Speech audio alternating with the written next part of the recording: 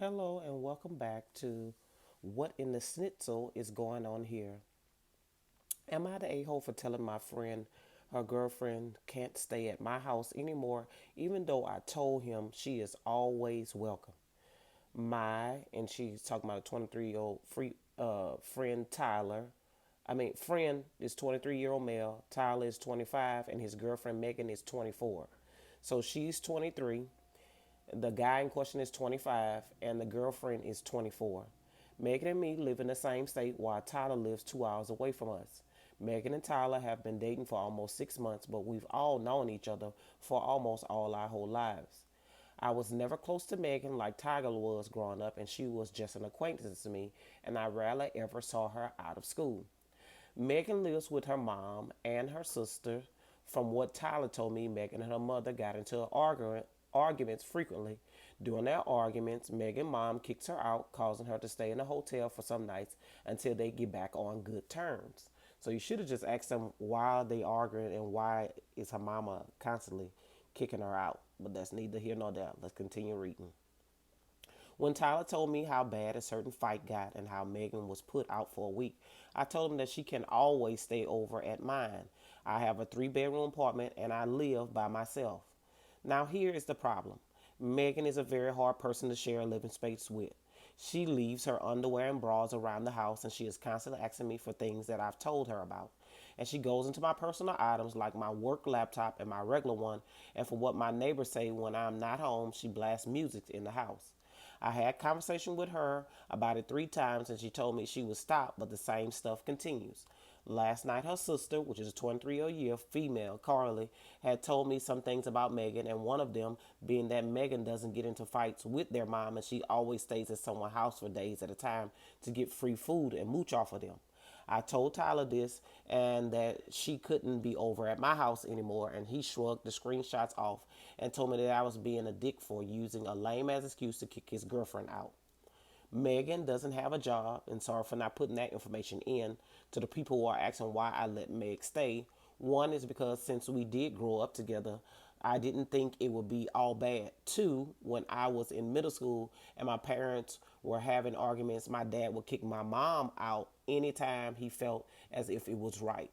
Tyler knew about everything that Megan did, and it wasn't like I ever hid anything from him. So, in reference to this information, it seems that several stories are going on, and because you know out of the whole situation that you were generous in opening your home up to his girlfriend for that purpose because you knew how it felt to be kicked out from your mom's experience. Not that you experienced it personally, but you experienced it personally from the outside looking in on how your mom felt being kicked out. So you were trying to be a savior to this girl, Megan, but in reference to it, you inherited a headache on trying to help a friend out. So sometimes it's not even good to involve yourself in other people's business. You could have just been a person on the side just looking like, oh, I'm sorry, that's for her. Because until you know the full context, now you being called a dick, even though you never knew this person. You stated that she was an acquaintance to you, but you never really knew her. You don't know the dynamics of what was going on. Of course, you knew the dynamics of your father and your mother, that it was like a power struggle and he would kick her out. But even in that with your parents, you never knew what was going on behind the closed doors between your mom and your dad. You're just assuming from what you would see, which would be the consequence that your dad would give your mom. But you can't go back in time. I think you need to heal from that because I think you're still living your life from that. And because you were doing well, you didn't see the need to deeply invest yourself in the full story. You were just trying to be someone's savior and which someone would have done that for your mom back in the day. So let her know in the comments, do you think she's the a-hole for telling her friend that his girlfriend can't stay at their house, can't stay at her house even anymore, even though she told him it's that the girl was always welcome. I wouldn't have welcomed her because she seems like she's of age where she should have a job by now. And maybe that was why her mom was fussing at her on saying, you're leaving your stuff all around, you're not cleaning up after yourself, you're blasting music while I'm at work and the neighbors can't sleep. So you're experiencing probably what the mama was experiencing, that she seems like a person that just throws stuff all around, don't care about other people's business. And you already said she didn't care about your personal stuff because she's going through your personal belongings while you are at work. What you can do after you tell Tyler that is say, why don't you have her live with you? It's not like she's working. Why does the boyfriend why doesn't the boyfriend have her live with him? Because he says that he's 2 hours away. It's not like she has a job that she's tied down to.